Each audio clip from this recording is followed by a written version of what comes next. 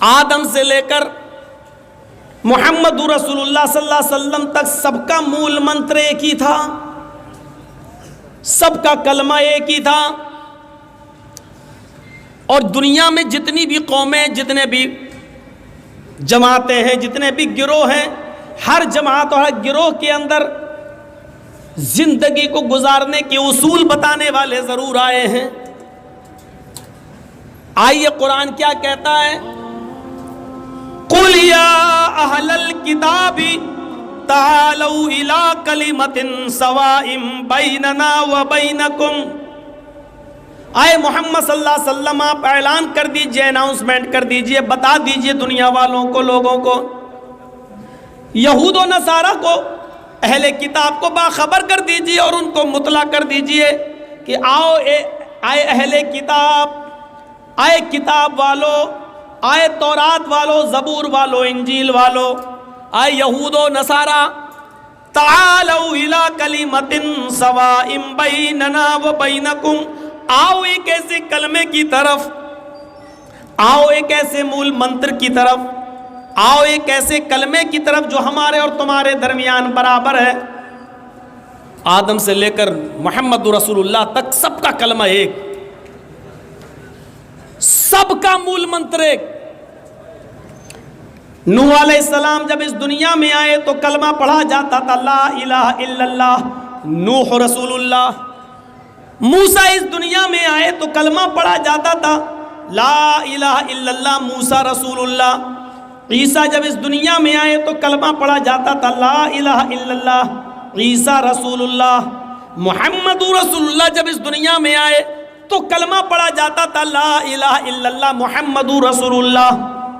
कलमे का दूसरा जुज तो बदलता गया, लेकिन पहले जुज में कभी तब्दीली नहीं हुई है। ये मूल मंत्र है पहला जिंदगी गुजारने के उसूल, कि सबसे पहले उस रब को अपना रब मानो और इबादत के लायक उसके अलावा कोई नहीं है। इसलिए कि माँ के पेट से लेकर इंतकाल तक अगर किसी ने तुम्हारा ख्याल किया है तो वो जात है सिर्फ अल्लाह की, इसलिए इबादत भी होगी तो सिर्फ अल्लाह की, परिस्तिश भी होगी तो सिर्फ अल्लाह की, पेशानी झुकाई जाएगी तो सिर्फ एक अल्लाह के सामने।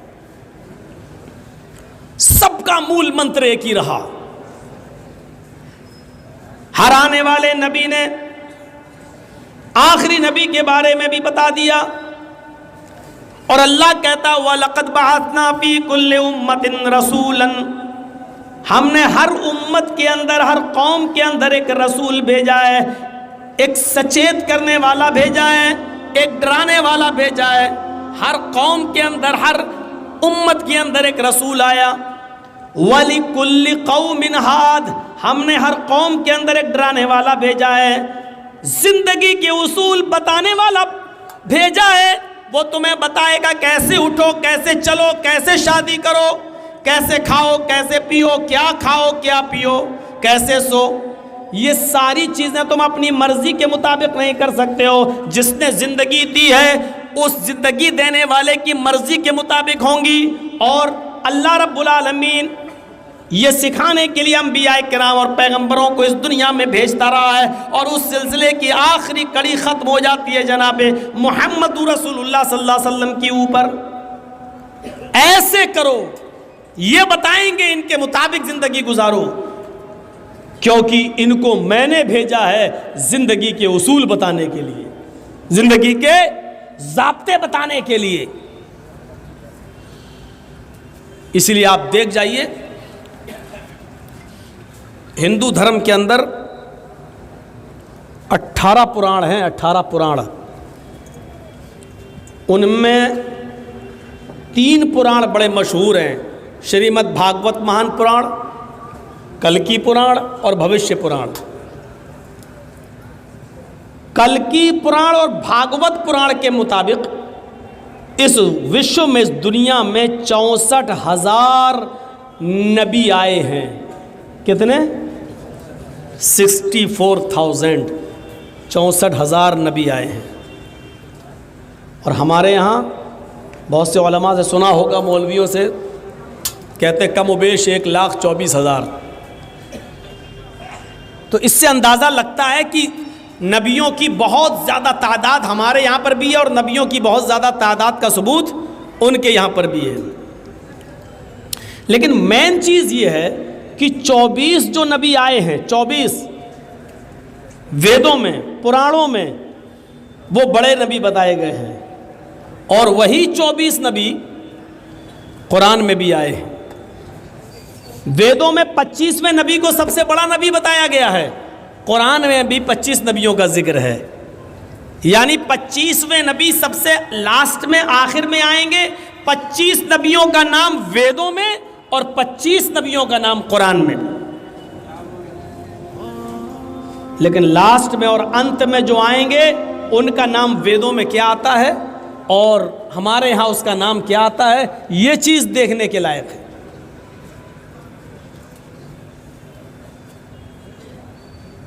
अज्ञान हेतु किरत मोह मदांधिकारम नाशम विधायम हि तदोदयते विवेका। 25वां जो ऋषि, जो पैगंबर अंत में आएगा, लास्ट में, उसका नाम मोहम्मद होगा। मोह मदांधिकारम नाशम, मोहम्मद होगा। अंधिकारम नाशम, उसके आने के बाद अंधेरा मिट जाएगा, अंधेरा खत्म हो जाएगा। पहला नाम क्या बताया गया? अंधिकारम मोहम्मद, मोहम्मदांधिकारम नाशम, मोहम्मद। दूसरा नाम विदाहमिद पुरुष महानिमादित्य वरुण तपस प्रस्ताद, सिखाने वाला, दुनिया को इल्म बताने वाला, विद, बहुत बड़ा विद्वान, जिसका नाम अहमद होगा। वेदा हामिद, पुरुष महानिमादित, इंसानी शक्ल में, इंसान बनकर इंसानी शक्ल में दुनिया में आएगा। पुरुष, इंसान, आखिरी नबी, उसका नाम अहमद होगा। महान इंसान होगा, महान पुरुष होगा।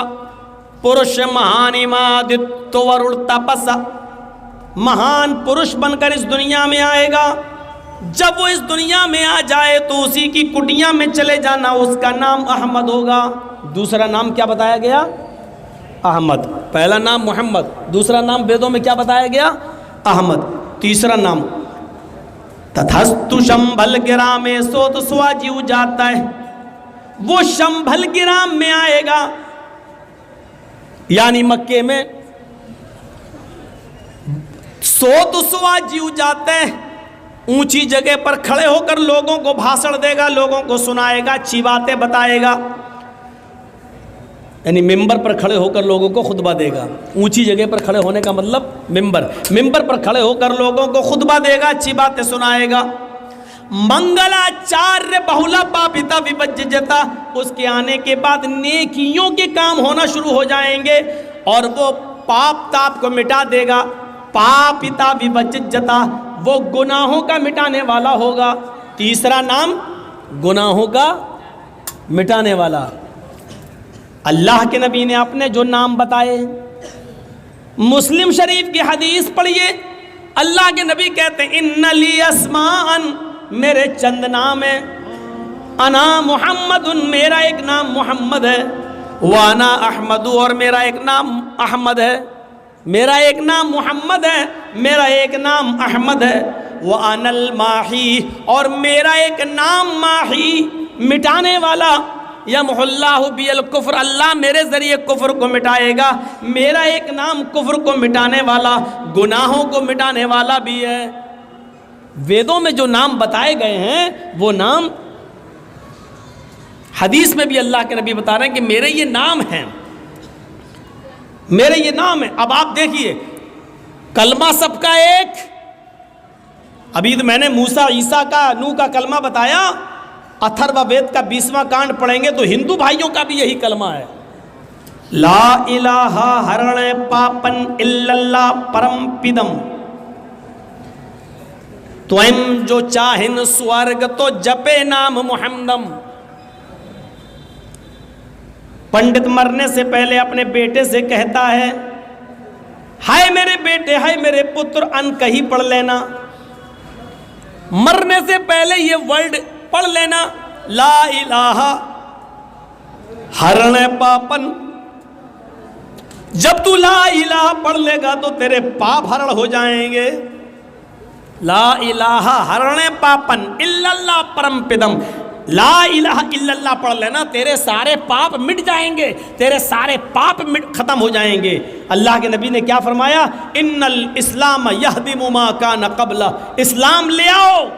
कलमा पढ़कर जब कोई गैर मुस्लिम इस्लाम लाता है तो क्या कहा अल्लाह के नबी ने, जब तुम कलमा पढ़ोगे इस्लाम लाओगे तो इस्लाम लाने से पहले तुमने जितने भी गुनाह किए हैं वो सारे के सारे गुनाह तुम्हारे माफ़ कर दिए जाएंगे।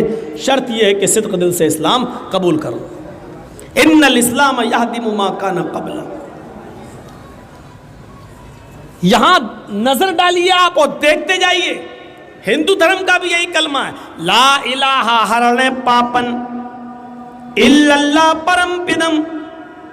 ला इलाहा इल्लल्लाह पढ़ लो, तुम्हारे सारे पाप हरण हो जाएंगे, सारे पाप मिट जाएंगे, सारे गुनाह तुम्हारे खत्म हो जाएंगे। तो हम जो चाहें स्वर्ग तो जपे नाम मुहम्मदम। और अगर तुम स्वर्ग चाहते हो, पैराडाइज चाहते हो, जन्नत चाहते हो, अगर तुम जन्नत चाहते हो, पैराडाइज में जाना चाहते हो, स्वर्ग चाहते हो, तो मुहम्मदुर रसूलुल्लाह के रास्ते पर चलने वाले बन जाओ। तो जपे नाम मुहम्मदम, मुहम्मदुर रसूलुल्लाह सल्लल्लाहु अलैहि वसल्लम के हुक्मों पर चलने वाले, आपके इताअत और फरमा बरदारी करने वाले बन जाओ।